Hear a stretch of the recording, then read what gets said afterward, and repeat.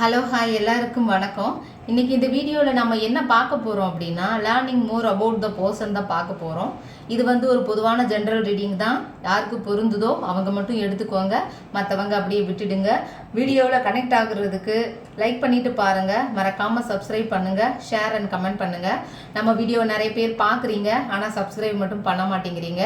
Please தயவு செஞ்சு கொஞ்சம் சப்ஸ்கிரைப் பண்ணிவிட்டு பாருங்கள். இப்போ இந்த வீடியோக்குள்ளே போகலாம். நமக்கு இங்கே ஃபஸ்ட்டு கார்டே கிங் ஆஃப் பென்டக்கிள்ஸ் கார்டு தான் வந்திருக்கு. இது டேரோ கார்டில் ஒரு நேர்மையான கார்டு, நேர்மையான மனிதரை குறிக்கக்கூடிய ஒரு கார்டாக இருக்கும். இவங்க மேரேஜ் ஆன ஒரு பர்சனாக இருக்கலாம், ஃபேமிலி ஓரியண்டான பர்சனாகவும் இருக்கலாம், குடும்பத்துக்காகவே இருக்கிற ஒரு பர்சனாகவும் இருக்காங்க. ஒருவனுக்கு ஒருத்தின்னு வாழ்கிறவர், ரொம்ப லாயலான பர்சன். சும்மா ஒரு பொண்ணு கூட பேசுவோம் பழகுவோன்னு பழக மாட்டாங்க.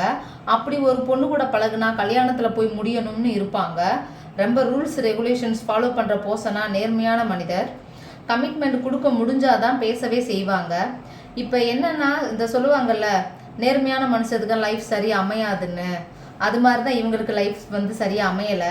இவருக்கு மேரேஜ் ஆகி இருந்தாலுமே கூட இவங்களுக்கு ஒரு சாட்டிஸ்ஃபேக்ஷன் கிடைக்கல. உங்கள் கூட தான் அவருக்கு ஒரு கம்ப்ளீஷன் ஃபீல் ஆகுது. கமிட்மெண்ட் கொடுப்பாரு, ஃபேமிலி டென்ஷன் ரூல்ஸ் பார்த்துட்டு இருக்காரு. கமிட்மெண்ட் கட்டாயம் கொடுப்பாரு. இந்த பர்சனுக்கு நிறைய சொத்து பணம் இருக்கும். பட் என்ன இருந்தாலுமே அவருக்கு உங்கள் கூட தான் ஒரு எமோஷனல் ஃபீல் ஆகுது. ஃபேமிலி கஷ்டப்படுற மாதிரியோ அம்மா அப்பா வருத்தப்படுற மாதிரியோ எந்த முடிவையும் எடுக்க மாட்டாங்க.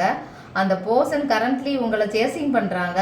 இன்ஸ்டாகிராமில், ஃபேஸ்புக்கில், வாட்ஸ்அப்பில் எல்லாத்துலேயும் உங்களை சேசிங் பண்ணுறாங்க. நீங்கள் என்ன பண்ணுறீங்க, லாஸ்ட் டைம் எப்போ காமிக்குதுன்னு உங்களை செக் பண்ணிட்டு இருக்காங்க.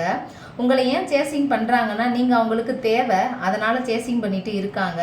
நீங்கள் ஆன்லைனில் கிடைக்கலனா உங்கள் ஃப்ரெண்ட்ஸ் கிட்ட இல்லை உங்கள் தெரிஞ்சவங்க கிட்ட உங்களை பற்றி விசாரிக்கிறாங்க. இப்போ கரண்ட்லி நீங்கள் எப்படி இருக்கீங்கன்னா, நீங்கள் செல்ஃப் லவ் பண்ண ஸ்டார்ட் பண்ணிட்டீங்க. உங்களுக்கு பிடிச்ச விஷயங்களை பண்ணிவிட்டு உங்களை நீங்கள் ரொம்ப ஹாப்பியாக வச்சுட்டு இருக்கீங்க.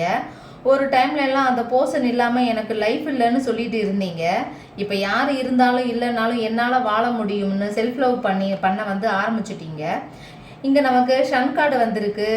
நீங்கள் நோ கான்டாக்டில் இருக்கும்போது இந்த கார்டு வந்துச்சுன்னா உங்கள் லைஃப் இருட்டாக இருக்குன்னு அர்த்தம்.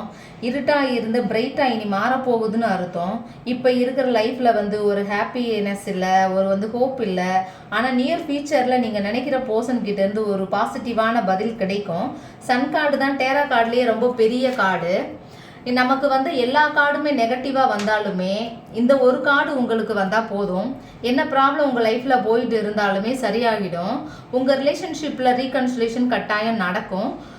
மகிழ்ச்சி சந்தோஷம் எல்லாமே இனி உங்கள் வாழ்க்கையில் வரும்.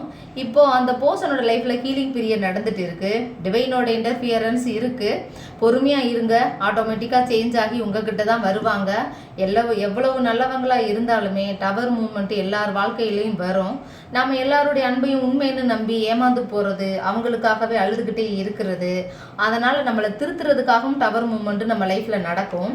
நாம் எப்படி வாழணும், நம்மளை எப்படி நம்ம வேல்யூ பண்ணிக்கணும் நமக்கு புரிய வச்சு நம்மளை திருத்தும்.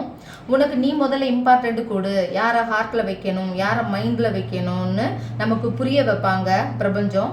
செல்ஃப் லவ் பண்ண வச்சு நமக்கு எல்லா லெசனையும் புரிய வச்சு நம்மளை மேலே மேலே கொண்டு போவாங்க. நம்மளை பட்டு புரிய வச்சு நம்மளை திருத்துவாங்க. நீங்கள் நோ கான்டாக்டில் இருக்கிற பட்சத்தில் கட்டாயம் ஒன்று சேருவீங்க. ஏன் அப்படி சொல்கிறேன்னா, நமக்கு இங்கே லவர்ஸ் கார்டு வந்திருக்கு. அந்த பர்சனுக்கு உங்கள் மேலே நிறைய அட்ராக்ஷன் இருக்குது, ஃபிசிக்கல் அடிக்ஷன் இருக்குது, இன்ட்ரெஸ்ட்டும் இருக்குது உங்கள் மேலே.